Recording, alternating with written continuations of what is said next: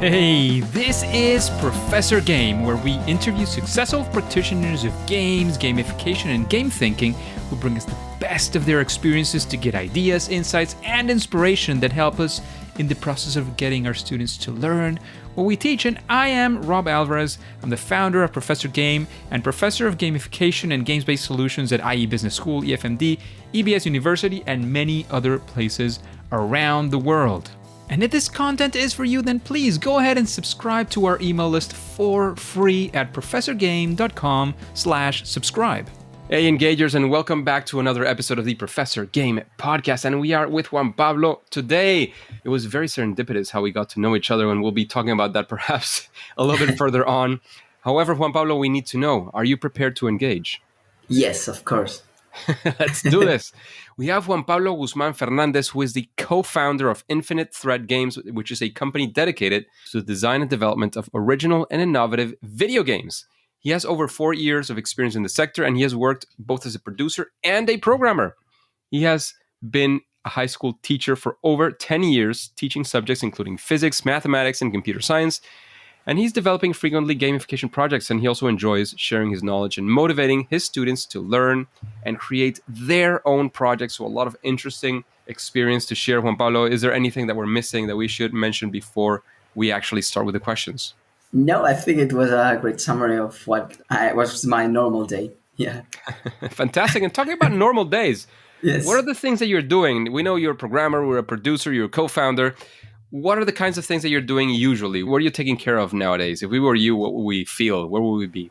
Yeah, I balance my job, as you have already said, as a high school teacher, teaching math, physics, chemistry, technology, all these kind of things, and running the video game company named Infinite Thread Games.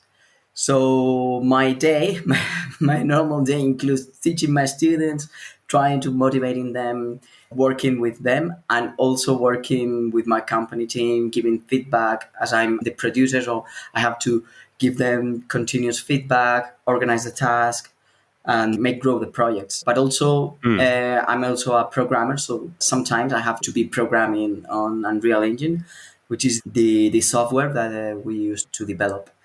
So yeah, nowadays we are developing a game, a cozy game inspired by the story of Don Quixote de la Mancha. Nice. We will definitely be getting into that. And I don't know if that the story that you will tell us now has to do with Don Quixote or something else that you've developed before. But we want to go deep into one of those stories we like to call fail moments or first attempts in learning. Perhaps one that you would call your favorite failure. We want to be there with you. We want to live that story.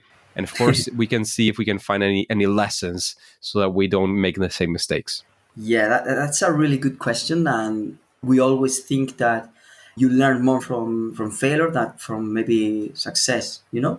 So we found out that starting projects without having complete game design documentation was something terrible. We discovered that this was a problem to players to get the most enjoyable game. So we learned from this, and now we dedicate hundreds of hours to think, to write, to document all the details of the game, the puzzles, and the different things of a game. So we add images for the mechanics, intensity graphs for the game feel, to ensure that all the things on the gameplay are comprehensive for all the team, but also to get the general idea of the game in order to avoid improvisation. So the lesson learned, I completely get it. It was about documenting and making sure everything is in the right place. Yes. Is there, I'm guessing that this something, I don't want to say tragic because, failure is never really tragic. It's just difficult moments. And the moment might feel like the world is ending, but then you look back and you say, well, the world wasn't ending. That's good. Do you have a story of when one of those times where, you realized that documentation was what you needed to make sure was available so that you could overcome those future challenges? Yeah, probably when we were developing our first game, which was a multiplayer game, horror multiplayer game, we found out that all what we call the core game loop, which is the minimum part of the game that is repeated, we found out that it was fun, it was enjoyable for the players, but after that, there were nothing more. What we call the mid loop and the meta loop was absolutely empty. So players used to play and forget the game. And that's a problem in the industry, in a game that it should become inside the industry. You have to give the players more content, more things to do, maybe a story of the characters, maybe some rewards that they can use somehow to unlock things. These kind of things that keep players with the idea of having more related with the game. So we didn't have that, and we had to do that in during the development, and that was a problem because things change. You have to be adaptive to these situations, and yeah, we this is one of the things we found. Fantastic. Thank you for sharing that story. And Juan Pablo, actually, how Yes. about we take a spin on that one? Because I definitely like, it's very uncommon for people to end up saying that the solution was actually to document more. That's not something you usually get. So I love that answer. It's Yeah. different, at least in many ways, from what we've typically heard over here. So how about now we go for a success story? One of those times when things did go well. And we want to live that story with you. We want to be a little bit of a part of that success. And maybe if we can take away some of those success factors that took you to that place.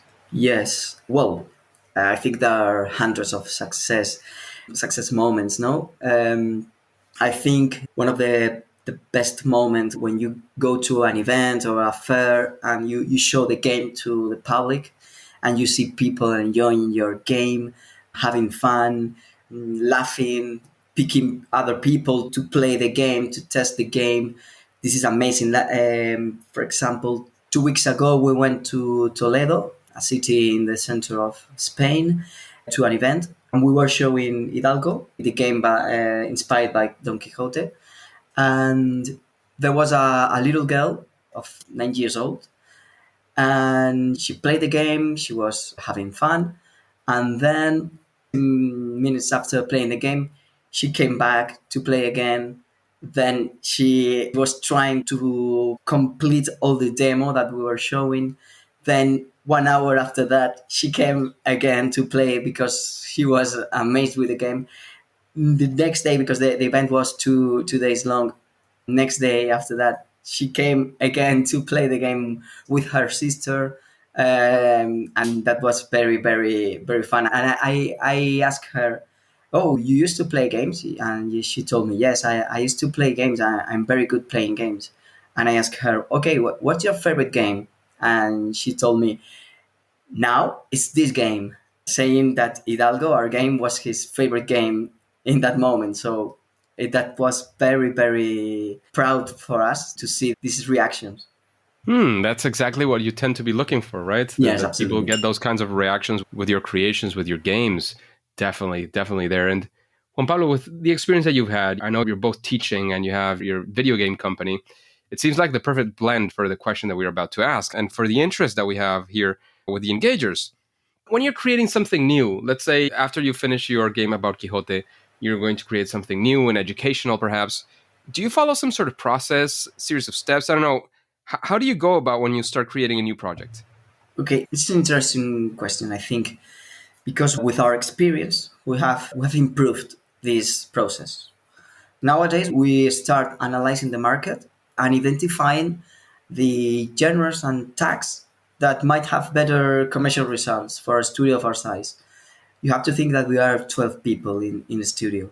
It's a multidisciplinary studio. Once these aspects are established, the genre and the tags, we study similar games that have been released in recent years.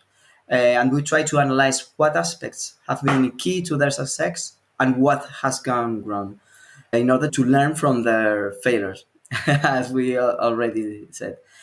From there, we brainstorm. We create some mood boards with all aspects that the game could have in different areas, starting with the starting finish, the mechanics, the game feel, the dynamics, the story, the characters. So having a complete mood board with all the aspects important and references for these aspects. Then we write the theme, the game type, and begin creating our game. We start with we'd call a one page design doc with the most important aspects. This kind of beginning of the project allows the team art to start conceptualizing characters, environment, and other elements. And then the game design department begins to develop a more extensive document, which we call the high concept document, with all the story obviously in a highly level approach, all the mechanics that should have, the characters, the controllers, the levels, all these kind of things that the game should have. And in that point, we can start prototyping mechanics. With little briefings and graphs, we start prototyping and programming mechanics, building and growing the game. I think it's a very beautiful and motivating creative process. But of course, it's a living process. We think that game development is a living process. We have to adapt as we see players playing. So we think that in all these moments, the testing and seeing how players play the game, it has to be always from the beginning. Yes. Playtesting is definitely crucial, Yeah, and absolutely. no matter what you plan, I think it was a boxer, Muhammad Ali, maybe, like every plan sounds perfect until they punch you in the face or something like that. Yeah, absolutely, because in the video game industry, it's incredible how demanding are the players. It's probably because during all these years, players are getting more accustomed to gaming every day, and they're seeking for better and better experiences. So you have to be very meticulously with user experience, with game feel in order to engage them. So yeah, we learned a lot by watching players playing our game. Yeah, totally. Yeah, And I mean, I'm not saying that having a plan is not good. It's very important. You need to have a plan, but you want to make sure, as Juan Pablo is saying, that even though your plan is great, you have to make sure that you're able, you're willing, and you're open and flexible enough to change parts of your plan that are not necessarily working as you absolutely. expected. So, Yes. Juan Pablo, thank you very much for sharing us that piece of your brain, so to speak, that the part of your process about how you guys go about your work. And Juan Yes. Pablo, again, with the experience that you've had, the stuff that you guys have been doing, is there any best practice, like something that you would say, well, do this and your learning video game or your gamification project is at least going to be a little bit better than if you didn't do it? I think one of the best things you have to do is to believe in your project, and of course to be patient. I think one of the things in this industry and in gaming in general, not only video games but maybe also board games or gamification or whatever, is that results don't come at the beginning.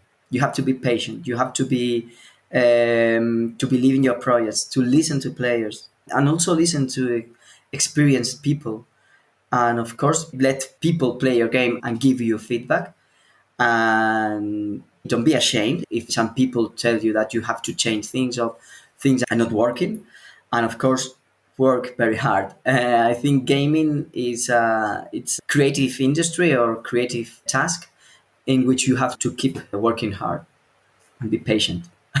Yeah, patience is very, very difficult sometimes Yes. because you really want for everybody to be having your experience, having fun with your experience. So Yes. it can sometimes be a difficult task to set forward.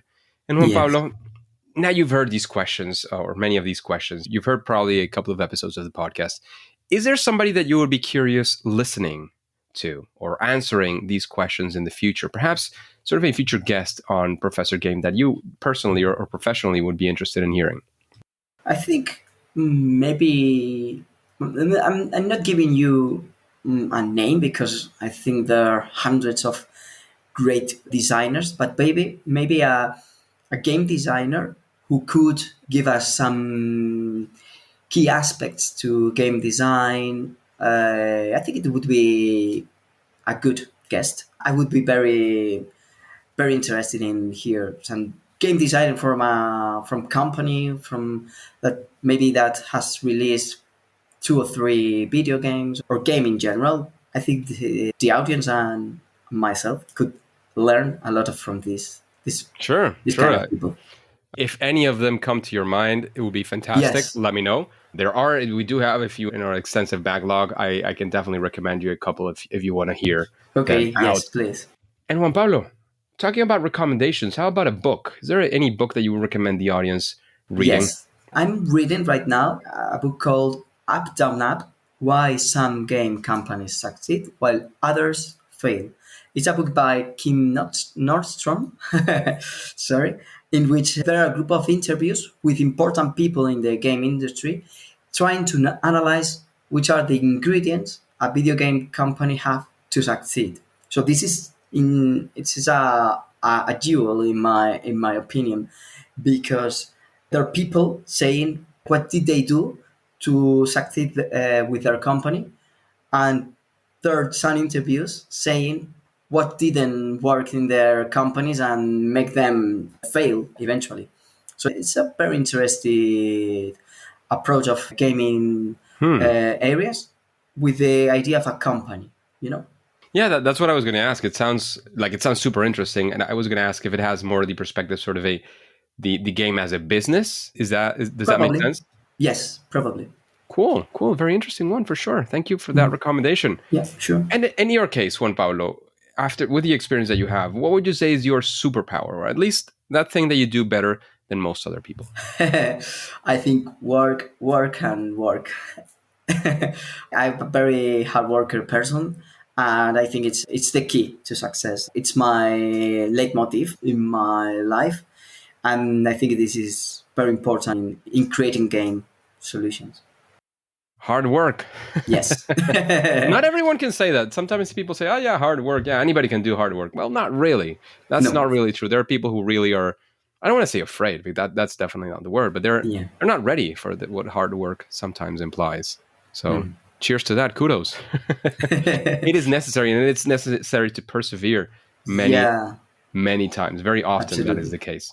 And besides, of course, the great games that you have created, Juan Pablo, what would you say is your favorite? And I don't want to pick one of your past games, because that's like picking between your children. Which one do you like the most? That's not fair, right?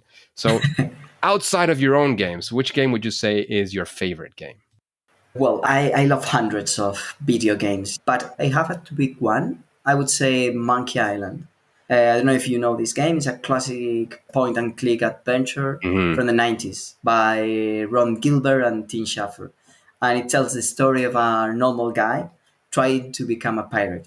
It's a very fun and funny title with great ingredients of humor and, well, memorable moments. I used to play it with my brother and my father when I was a child, and it's one of the best memories of my childhood.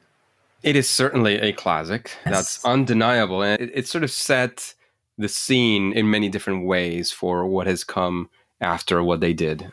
Yeah. The humor that they used, and many other things as well. I Yeah, for think. example, I Mhm. think Pirates of the Caribbean movies, I think they have a lot of ingredients from Monkey Island I saga. had never thought about that, but you're completely right. It's Yes. probably a big part of their inspiration could be that. I'd never seen it that way, but it's true. It's true. It makes a lot of sense that they were at least slightly inspired by these games. And don't quote me on this one. Well, I'm saying it on air, and it's going to be recorded. Everybody's going to who wants to trash me. Well, can't trash me for that. But I think this was one of the first games of LucasArts Entertainment, right? Yes, Very, absolutely. very, and super successful, by the way. I mean, these Yes. guys talk about successful companies and brands and so on. These guys have done an incredible job at that. And Juan Pablo, today we have managed to save up enough time to go for the random but curated question that comes from our audience. So Yeah. let's see what we get for us today. Okay, this is a general one, but I think it could be interesting because it will talk about your experience in particular. So, how did you get started in gamification or game design? Wow. Well, as I told you, I have been a teacher since 2013, I think, around that. I used to create gamification learning for my students, and Hmm. then I realized that I love to create games. I'm also used to be summer camp animator. So I love to create games and love to create enjoyable experiences. And yeah, I read Don Quixote's story by Cervantes a few years ago, and I thought, oh my God, I think I found my dream. I want to create a game based on this novel because I think there are plenty of things to create in a game with this story.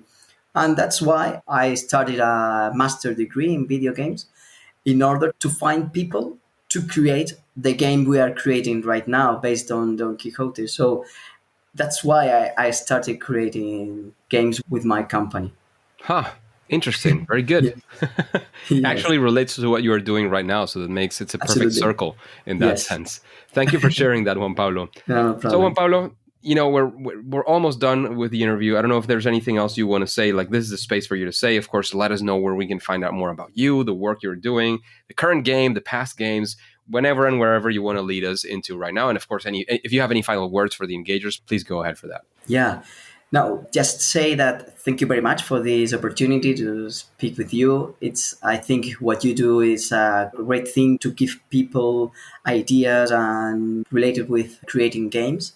And if you want to know more about our game, Hidalgo, or our previous game, you can follow us on Instagram, Twitter, or TikTok by searching Hidalgo_game. And there you will find all the process. We're sharing all the process of the creation of a game, starting with the pre-conceptualization, all the concept art, all the prototyping mechanics. So I think it's been a very beautiful journey, and I think you will find it very interesting.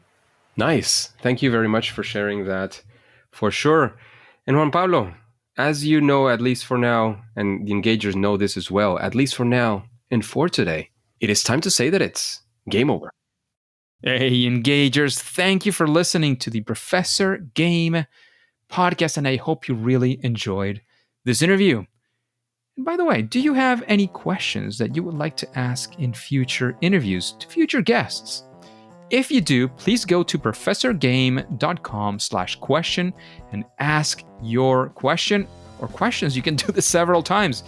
If and when it is selected, it'll come up in a future episode and you will receive your answer by one of our featured guest experts. And remember, as I always like to remind you, because this is really important, this helps us reach more amazing engagers like yourself. Remember, before you go on to your next mission, please go ahead and subscribe or follow. Again, this is totally for free using your favorite podcast app, and listen to the next episode of Professor Game. See you there.